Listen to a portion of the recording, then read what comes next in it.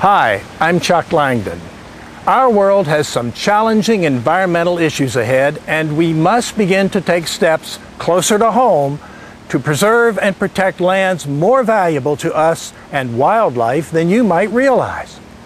Forests like these clean the air and water that we breathe and drink every day. This piece of land contains some of the best habitat for plants and animals in our area, but it is still threatened by development. The growing populations and increased burden put on these lands may be reaching a critical stage. In order to protect these lands for future generations, we must act now to preserve forests in Maryland. This is a map of the Chesapeake Bay watershed. This is the Chesapeake Bay shown in blue, and here's the high population areas of Washington, D.C. and Baltimore shown in red. Over here is Pittsburgh shown in red. Along the Appalachian Mountains, we have areas that are in green. These are either state forests or state parks that have been protected in some fashion. That's where almost all the animals exist today. We're looking at trying to connect the green areas so that animals can move from one area to another and live and procreate. As you come into Maryland, you're looking at these two large areas, which are two large state forests in Maryland. This is a blow-up of the western part of Maryland. This is the Savage River State Forest, and over here is the Green Ridge State Forest. The tan areas are wildland areas that have been fully protected from logging. They can't add any new roads to them, and these are very good wildlife habitat areas. However, the rest of the green area, much of it is open to logging, and as you see from the red marks on it, all of these areas have been previously logged over the last 20 years. Here we are in the Potomac State Forest in Garrett County.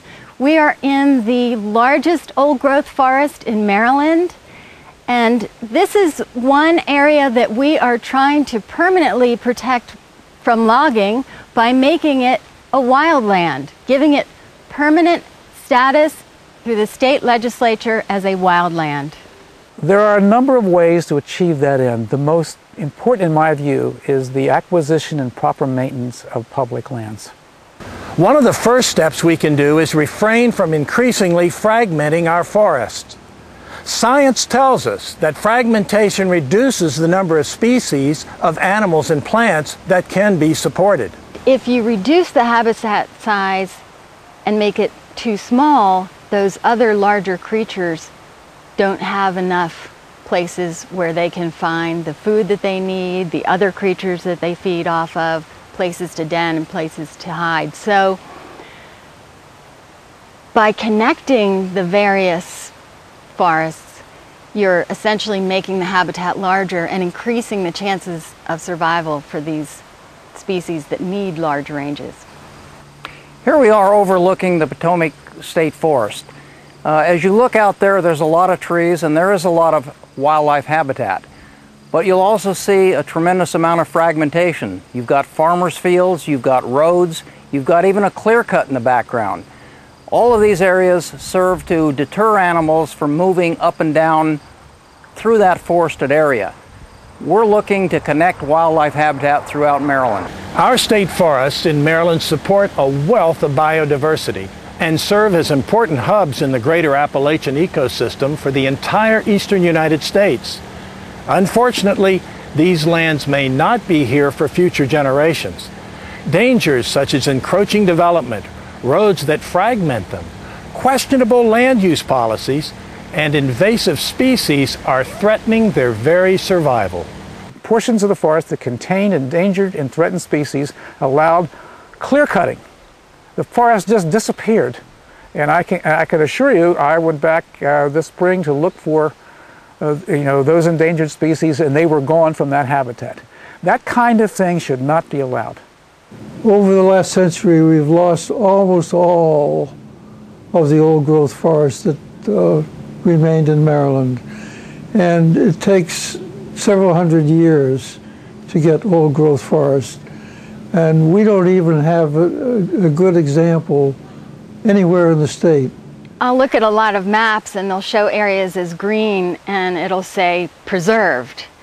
And I think that gives false hope to a lot of people because they think, oh, well, there's a lot of land preserved. I don't need to worry about it. But what they don't understand is that just because something says preserved doesn't mean it's not going to be touched. Many places that are listed as preserved are open for clear cutting, and many of them have been clear cut. So in my mind, that's not preservation. That might be preserving open space or green space, but it's not preserving the old forests, and it's not preserving habitat for plants and animals. There is so much for people to enjoy in our forests, and we get enormous benefits from them. Some of the benefits include clean drinking water and air, a continuous supply of water to recharge our streams and aquifers, greenhouse gas abatement, shelter and forage for wildlife, and erosion and flood control. These are just a few of the reasons we need to preserve and protect the remaining forests. Even dead trees are an important part of the old-growth forest ecosystem. They provide cavity spaces that are important places for animals to nest. This is what's known as a fire road. It's a euphemism that many officials use to justify putting major roads through an interior forest situation. The idea is if there's a forest fire, fire trucks can come here and treat the fire much more quickly. The reality is that these are functionally logging roads. I haven't seen any rational plan that would sustain a healthy, contiguous, forest habitat up and down the East Coast. But these are the birds that are getting hard to find. The warblers. We have 30 kinds of warblers that either nest or migrate through Maryland. Most people don't even know these birds exist. The people who go out actively looking for them can rarely find all of the ones that go through each year. Isn't it time you made a difference and helped to save the beauty of our world and secure these important benefits for future generations? Go to our website at www.magicalliance.org and send us a message or a tax-deductible donation. Write to your legislator or the Department of Natural Resources with your ideas. Show them you care and are interested in how our public forests are being managed. Preservation is a must. Remember to participate in your state's land management and preservation. Thanks for watching. I'm Chuck Langdon. Have a great day.